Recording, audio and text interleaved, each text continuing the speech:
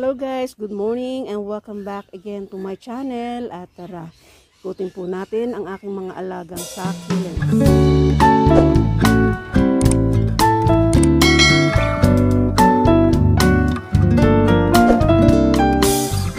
Ngayon nga po at mag-check po lang ako ng aking mga alagang mga succulents at medyo na-miss ko po yung mga makukulay nilang mga dahon. At ito nga po si Purple Delights, ayan. Ito po ay mga cuttings lang na, ayan, sobrang lalaki na nila, oh. Ito po yung pinakamasarap na alagaan. Wala pong kaproblema kay Purple Delights. Ayan, tignan nyo. Hindi siya lapitin ng mga mealybugs. Hindi siya maselan. Ayan. Dali pong magparami pati nito. Marami na po akong propagation ng Purple Delights, kaya ayan, iniisip ko po kung saan ko sila ipaglalalagay. At maging itong si Pot Pinks ay walang kaproblema po dito. Ayan, hindi masyadong mga intindihin. Ito ang mga madaling alagaan. Ayan, oh, si Adolphi ay, ayan, si Rubra. Ito po si Rubra. Ayan, napakaganda ni Rubra.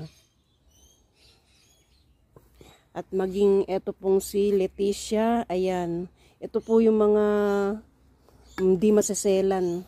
Maging itong si Pot Pinks po, hindi po yan mga alagain at madali pong i-propagate, madaling makapagparami. Ayan nga po, oh. At nandun pa yung iba. Ito, oh. Ito naman po si Carrie's Choice. Ayan, napakaganda niya. Tingnan niyo yung kanyang mga dahon. Ayan, oh.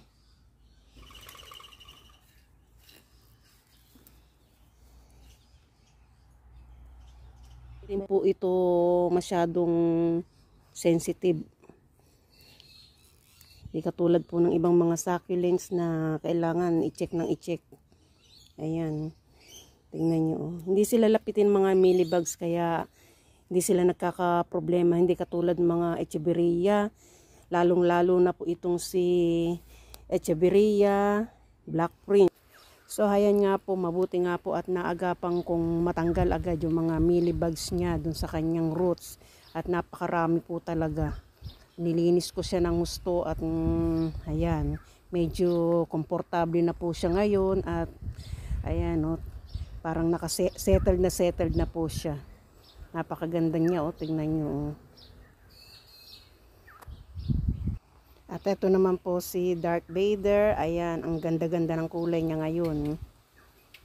Tumitingkad po yung kanyang kulay. At ito naman po yung si Dr. Cornelius. Hindi po ako nagkakamali. Ayan, napakaganda po ng kulay niya. At ito po ay kapag stress na stress ay lalong namumula. At ito naman si Golden Glow. Ayan, si Golden Glow. Meron na siyang mga anak dito, oh. Ayun. Ayan. At ito si Red Tassel. May anak na rin. Ayan. Alam ko binili ko to 2 taon na nakakaraan yata. Ito mga unang alaga ko, eh. Ayan. I-check ko lang po si Super Bam at titingnan ko po kung ano na nangyari sa kanya dito. Ito po yung mga babies na pinagbigyan natin. Ayan, kumukulay na po sila. Hindi po katulad nung nakaraan na pale po yung kulay nila dahil hindi sila nasisikatan ng araw. Dahil natatakloban po sila nung mga hinedcut natin na mga Super Bam. At ayun, mayroong mga tumutubo na, oh. So heto naman po yung ating Super Bam na hinedcut. Ayan, tingnan po natin kung meron na silang mga roots. So ayan, meron na po, oh.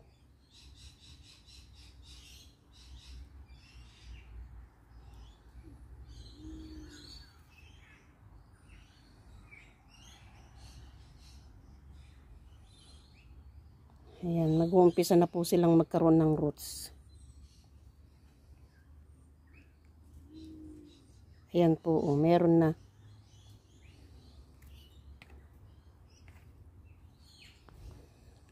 So, heto. Tingnan natin kung may roots na rin siya. Ayun.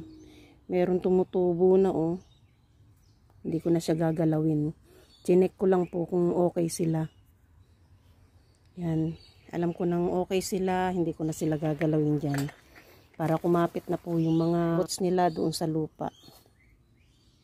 Ito naman po yung mga in-order kong mga succulents. Mga siguro 2 months na ang nakakaraan.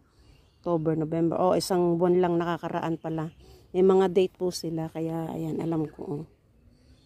October. Yan. So, eto na nga po yung aking si Mebina ay na-sunburn dito. Ito po yung variegated na si Mebina. Ayan o. Na-sunburn siya. Ilagay muna natin dito. So, eto naman po si... wala siyang pangalan. Nasaan na ang pangalan mo?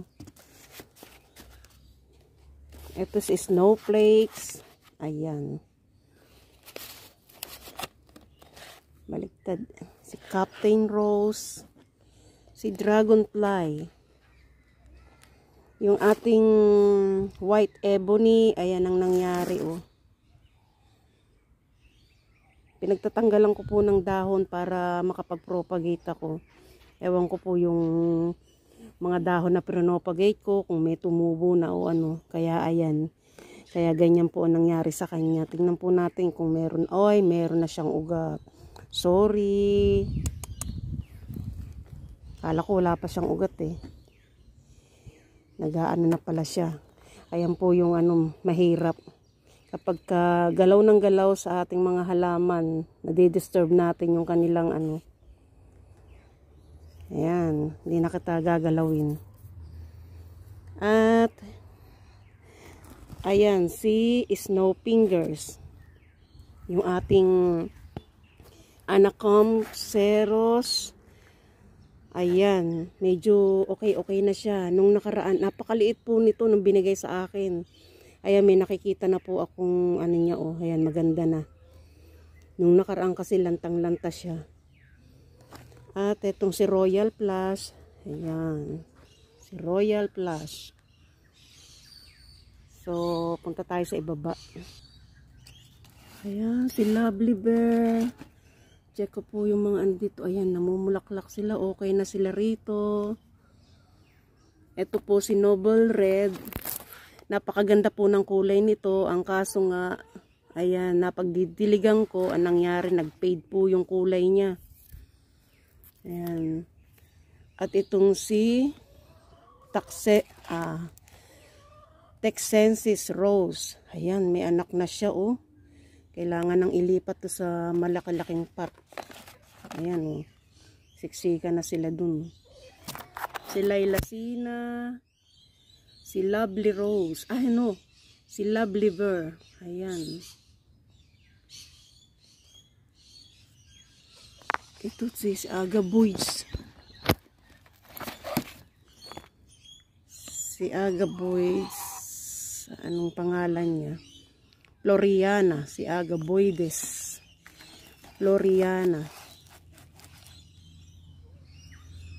At eto naman. Si Lily. Ayan si Lily. Echeverria Lily. Sobrang laki na niya sa kasi ito pong pinaglagyan ko ay maliit na pat lang po. Ayan. Magkasa si Echeverria Lily. Ayan. Ayan si Echeverria Lily. Oh. Medyo lumaki na siya. Oh. Ayan. October 10 ko nung binili. Ayan na siya, oh. Yan, si Mrs. Richards. Ayan, may mga babies na lumabas sa kanya, oh.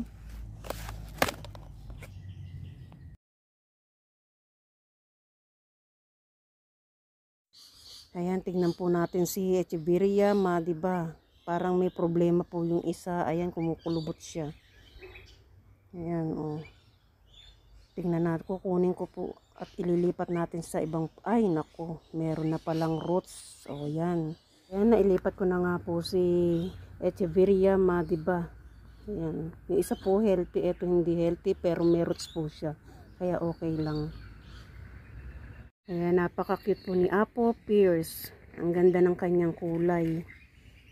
Ayan po oh. At napakaganda rin po ni Cheveria Ebony. Ayan oh. May napansin po ako kay Black Queen. Ayan, akala ko po nadadaganan lang yung kanyang mga leaves. Pero meron po palang baby. Ayun. Oh, ayan. Babayaan lang po muna natin siya dyan para makapagpalaki at pagka okay na siyang ilipat, ililipat po natin. Ayan nga po, maging si Neon Breaker ay meron na rin pong baby. Ayan o. Meron pa po akong isang Neon Breaker dito. Medyo malaki po siya dun sa isa. Ayan. Kaya na nga po, nakapag-check na po ako ng mga ilan sa aking mga succulents.